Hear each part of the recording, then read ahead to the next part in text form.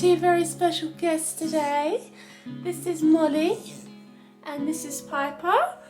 And today we're going to speak about how I got these two lovely ladies to Canada with me from the UK. Hi everybody, I'm Lara. I'm a dual Canadian-British national and I moved from the UK to British Columbia, Canada in November 2022 with my husband Richard and our two dogs who you just saw, and we're absolutely loving every minute of it. We love our life here so much and so do our dogs. They absolutely love it. Someone's just helping me with my notes, aren't you? You're trying to help. You want to be on the video, don't you? You love your life here, don't you, darling? I really hope this video is going to be helpful to those of you that may be flying your dogs on a holiday somewhere, moving them overseas, because I know that I was so nervous about the whole process and so stressed and worried about it leading up to it, and I really didn't need to be in the end. So I'm just going to speak you through the process and how we found things, and also any tips and advice I can offer as well. Hey everybody, so I'm just editing this back and I forgot to mention this in the video. So there's obviously different ways you can fly your animal. You can use an external company. I know Air Pets is one of them. You could choose the cargo option with the airline where your pets fly separately in cargo. But the option we did was the basically do-it-yourself option. So your pet goes in the hold, kind of like luggage, and you take care of everything. It's the cheapest option and we just wanted to do it the most because it had us having the most control over it. Not that we don't trust the other companies or anything like that, because we do, but this is just the cheapest option and you kind of have the most control, well, as much control as you can anyway, but that's what we're going to discuss today. We flew with Air Canada and we flew with our dogs in the hold. Your pet can travel with you in the cabin with Air Canada, but the cage requirements are very specific. They have to be able to fit under the seat in front of you, and your pet also has to be able to comfortably stand up, turn around and move around in the cage. If they can't, then they could be denied boarding because the airline see it as cruel that your dog or cat or whatever animal you have doesn't have that space to move around, and I can completely understand that, because imagine being squashed in something that's like tiny and feeling really enclosed. So I can completely understand why the rules are the way that they are.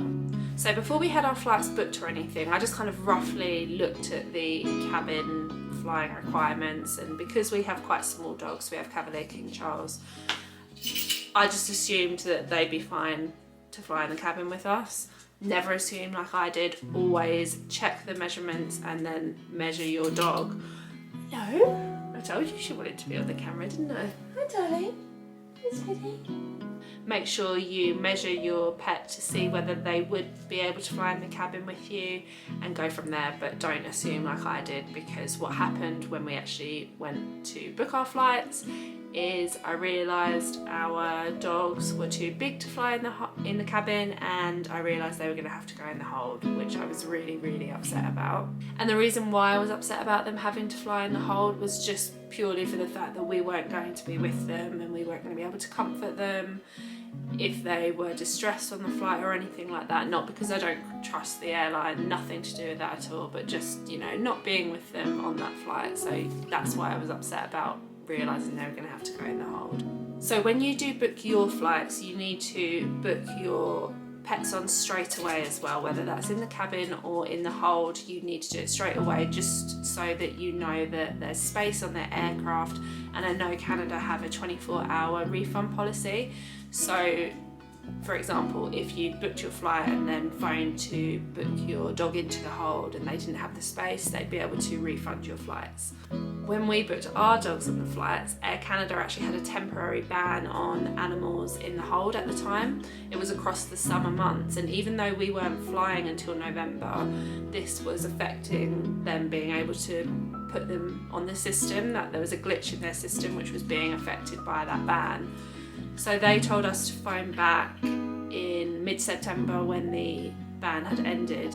At the time when there was this ban in place, I had phoned up to get them booked on, and this is how I realised that there was this glitch in the system, because I don't think they even realised it themselves, because this lady was trying to get them booked on for me and she realised that she couldn't do it and that it must have been to do with the glitch. But anyway, When I had phoned them up after we initially booked our flights to try and get them booked on, we were told that our dogs could travel in one big container together. So even though we knew they were going to be going in the hold, we were like, well, at least they'll be together so they'll have each other for comfort. And that brought us some relief, but understandably it was quite a stressful couple of months having to wait to get them booked on, because our flights were booked but our dogs weren't yet booked on our flight because we couldn't get them booked on. So it was a bit of a stressful couple of months until we could get them booked on. But soon enough, September rolled around, the Air Canada ban lifted. But when we did try to do this is where we were told that it was only one dog permitted per flight and that both dogs couldn't go in the container together, which was obviously really stressful for us. We don't know why we were told before that they could be in the same container, but it was just one of those things. Yeah, a bit annoying, but it was just one of those things. And how we decided we were going to do it was that my husband, my mum and I would fly on one day with our one dog Piper, and then my dad would fly the following day with our other dog Molly. But because we'd already bought this really big container for the two of them when we thought they were both going in one container, we just decided we'd buy exactly the same size one, so we had two of them, just so that they then had loads of space. I mean, these containers were absolutely huge and our dogs are quite small, so it did look quite funny having these massive containers and then it's just a tiny dog inside.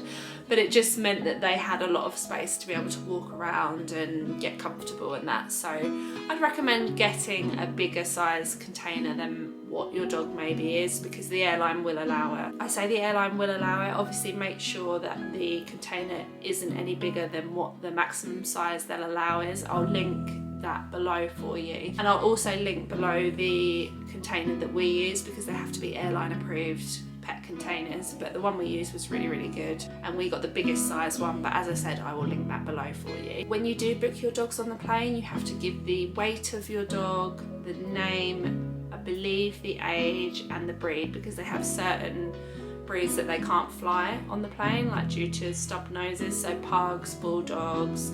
So they just need to find out what breed your dog is to make sure they can safely fly your dog. And you also have to give the weight and dimensions of the pet container as well. You book your dogs onto the plane by phoning the Air Canada reservations team. I'll link the page for that below, which has the number you can contact. And when you book your dogs onto the plane, Air Canada will also give you a list of things that they can have in the container, and things that they have to have in the container. So you need to have a sticker somewhere on the container with your contact information and address. The dog has to have an up-to-date ID tag with a correct address on. They have to have a certain type of waterproof blanket in the container as well. I'll link the ones below that we bought. And they can also have a favourite toy with them or something like that. And you need to make sure that they have a water bowl which clips onto the container as well. Again, I will link below the ones that we used because they were quite big, so they were able to fit quite a lot of water. Now, just a disclaimer here, obviously I'm not an expert, I'm just going off of our own experiences, so please do your own research to make sure you have everything that you need. Hello again. But for your dogs to enter Canada, this was the case when we entered. They needed a valid rabies vaccination and vaccination certificate stating this. We'd already had our dogs vaccinated against rabies earlier in the summer because we took them to the Netherlands with us, so we already had the vaccination and the certificate. And you also need proof of ownership paperwork. You might not necessarily be asked to see this, but of course you might be, and examples of this that I used were, I had receipts from when we purchased both of the dogs which were in my name. I contacted our vets and asked if I could have medical history for both dogs sent to me, so I had those sent to me and printed those out. Pet insurance policies, things like that. They just want to see that the dog is for your own personal use, sounds really weird doesn't it, and that you acquired that dog and owned that dog before you entered Canada. So in the couple months before our flight, we started crate training our dogs. When I say crate, I mean the container. Sometimes I might use the word crate or container or cage, but I mean the same thing with either of those words. So what we do is we started off by putting them in there for about half an hour with airplane sounds on the TV in the background, and we'd just go away and leave them. They'd never been in a crate or crate trained before. Our older dog Molly, she was absolutely fine with it. She just lay down and chilled out. Whereas our little one Piper, she's the one sitting behind me here, she didn't do very well at it at all. She was like scratching to get out and whining and barking. We were like, oh my god, she's only like this from sitting in the container for such a short amount of time. How's she going to cope 9.5 hours and all this? And it really wasn't helping that she wasn't coping well with it, but there was nothing that we could really do. We just gradually increased the amount of time that they were in the containers a day. We'd give them treats in there. We started feeding them in there so that they associated it with positive things. But I just recommend doing some crate training and getting your dog used to the container before you fly. But unfortunately Piper didn't seem to improve in it at all. She would just rip up all the bedding, and we were really worried, but this is going to lead on to something, so don't worry too much if your dog isn't doing well in the container. I'm sure they'll be fine on the flight, just as she was. Something else we also used in those containers was, I think it's called Adaptil, and it's like a vet approved calming spray, so I'd spray that on their bedding and everything in the containers as well. So I've got a couple of product recommendations here that I wanted to recommend. One of them we started using in the month before, and then the others we started using in the week leading up to, and one of them in the month before the flight. So the month before the flight we started putting them on this calming dry dog food, which our vet had recommended to us. So we just give them that with their regular chicken, just to kind of start the calming process on them. And then a week before we were due to fly, we started using these calming spot-on treatments. So they went like between their shoulder blades on the back of their neck, like you would with a flea treatment. It says that they last a week, but from the reviews I read online, they only seem to last about 24 hours. But we gave them one a week before. They come in packs of 3 when you purchase them online, so we got 2 packs of 3. We gave them one about a week before we were due to fly, and then we gave them one the day before the flight, and then the morning of, but I'll get onto that in a minute when we discuss the travel day. And one other thing I did buy was these tile ID tags for the dogs. They're usually meant for things like keys, and you can connect them to your phone via the app and track where the things are. We put them on their dog collars just so that we could track on our phones what their location was. On travel day, they can't actually wear their collar in the container. Obviously this is due to safety reasons in case they got it caught on something. So what I did instead was I put the collar on the cage door of the container so that we were still able to track the GPS. Let's move on to the travel day, how it went for us, and any tips and advice I'd offer for you for your travel day with your dog. So on the morning of the flight, we flew from Heathrow, and we were staying over the night before at the Staybridge Suites at Heathrow, and right by that hotel there's a massive dog field. So we took them out really early in the morning and gave them a massive run around so that they could really tire themselves out. And actually just before we took them out, we gave them a really early breakfast of that calming dog food, just so that they had something in their belly. And I'm saying them at the moment, we obviously only flew with our one dog, Piper, but my dad repeated exactly the same process that we did the following day with our other dog, Molly. After the walk, it was time to separate the two of them, which was really sad, and immediately Piper just became so subdued. She was so quiet and sad and already missing Molly. I think they really thought they were going to be separated for a long time. And just before we left the hotel room to take her to the airport, that's where we gave her the calming spot-on treatment and also sprayed her bedding with the Adaptil spray, and then I gave that to my dad for our dog Molly the next day. We got to the airport about 4.5 hours early. The check-in opened 4 hours early, but when I booked the dogs on the phone with Air Canada, they said to get there half an hour early. I assumed that was half an hour before check-in time opened, which was 4 hours before, so we got there 4.5 hours before. There was a bit of a queue, so we weren't seen straight away, but that wasn't an issue that we weren't half an hour early by the time we did check her in, so long as you're within that 4 hour check-in time and you are earlier than usual to check your dog in. The lady at the check-in desk was really, really nice and helpful. When you're checking your dog in, you have to fill in a bit of paperwork which is attached to the container. This has got your information on it, your address, phone number, the dog's information, and you have to sign, I guess, a bit of a declaration which states that the airline don't take responsibility for injured or death to the pet, so you have to sign to say you agree with that.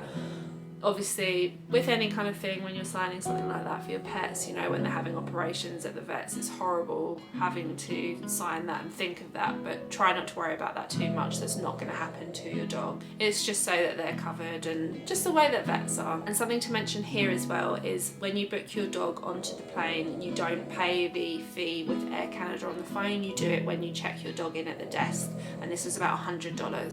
After we checked her in, the lady at Air Canada desk said we'd need to take our dog to another part of the airport, which is kind of like an oversized baggage section. She pointed out where it was.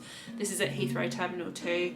So we went over there. The guy asked when our flight was. We said 2 o'clock, and he said come back at 11:30. I think at this point it was maybe 11:45. So this was really nice because we had that extra bit of time with her where she could be out of the container. We could take her out for a last minute wee just outside the airport if she needed to. So that's what we did. We took her for one last stretch of her legs just outside the airport, and then we sat in a pub that they have at Heathrow Terminal 2 just before security. Obviously you've not been through security at this stage, and they were really accommodating and friendly with the dog. They found us like a special table. They brought a water bowl over for her, let us have her out of the container. So that's quite a good place to go, just spend a little bit of time with your dog if you're flying from Heathrow Terminal 2. So soon 11:30 rolled around, and we went back to the oversized baggage part to check Piper in.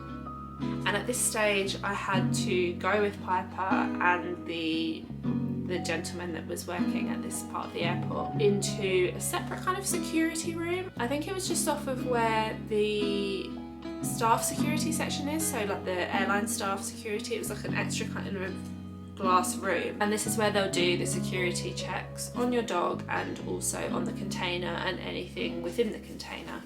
So just as you would have to go through security, they're doing the same process with the dog and the container. And he also just checked over my paperwork as well. They were really, really nice here. When I had to get the stuff out of the container for the security man to check it, a lady was holding Piper for me and like talking to her and being really sweet with her and saying how she was going to go and have a bit of food. So I was feeling quite relaxed at that point, because I was like, oh, she gets taken away to this, I think it's a warehouse that they take them to, but obviously everybody's human, everybody loves animals, and just knowing that she was going to go to a little warehouse or wherever it was that she went to and be well looked after, that brought me a lot of relief. And after they've completed their security checks, this is when we had to say goodbye to Piper until we landed at the other end. So that's obviously sad, saying goodbye to her, but as I said, I knew she was in good hands. And I went through my own security feeling much more at ease than I thought I would. Now check-in time. So it was funny with our check-in, the lady at the desk called out that they were accepting cabin bags in the hold. So people started queuing, and I was one of them because I thought, oh, let's just get rid of my cabin bag, I don't really need it. And the security kind of worker in a high-vis came out from the tunnel that leads down onto the plane. Said to the lady, no more cabin bags in the hold, I can't take any more cabin bags in the hold, I've got a dog in the hold. And I overheard this and I was like, oh, that's Piper. The lady at the check-in desk was like, I don't know, there isn't a dog on the plane, I haven't been told about a dog on the plane, I've got no paperwork, there's no dog on the plane. And I just kind of said, not in a rude way at all or anything, but just because I'd overheard, I was like, oh, there is actually a dog in the plane because she's my dog. And they were like, oh, is that your dog? And that was quite a nice little interaction there. We were last to board our plane because my mum's in a wheelchair, so we needed assistance getting on. But this meant that we actually saw Piper being loaded up onto the plane in her container, which was so reassuring just to know that she was on there. And we were also like, bless her little heart, I wonder what's going through her mind, like going all the way up into this plane, like, where am I? It was so sweet. But something we'd planned on doing, and we still did, even though we saw her be loaded onto the plane, and this is something I would recommend doing as well, just for your own peace of mind, and my dad did this the next day with Molly as well, is we just said to the air hostess, oh, we're travelling with our dog today in the hold, can the captain just ensure that she's been loaded onto the plane and that the hold is temperature and pressure controlled at all times. Obviously the captain's going to know this, all the staff are going to know this already, but I think that's just for your own peace of mind to get that confirmation back to you, which we did. The air hostess went and spoke to the captain, And then she came back and said, yeah, the captain's aware of your dog on the plane and she's been successfully boarded onto the plane. I mean, we knew she'd been boarded anyway because we'd seen her be boarded. Sorry, my dog's scratching at the door. But yeah, just for your own peace of mind, I would recommend doing that just so that you feel a bit more relaxed about it. So sooner or later, the 9.5-hour flight was over and we had landed in Vancouver. As with boarding the plane, we were also the last ones off of the plane, with my mum being in the wheelchair, so we saw Piper being loaded off of the plane. When you land in Canada, you have to fill in a customs declaration form before your passport is seen. And this is where you're going to declare that you're bringing your dog into the country. This falls under the animal product section, I believe, on the customs form. And the customs declaration form will be printed out with your photo on it, and you show that to your passport officer along with your passport. The passport officer that saw our passport also saw our customs form and said, so what animal products are you bringing into the country?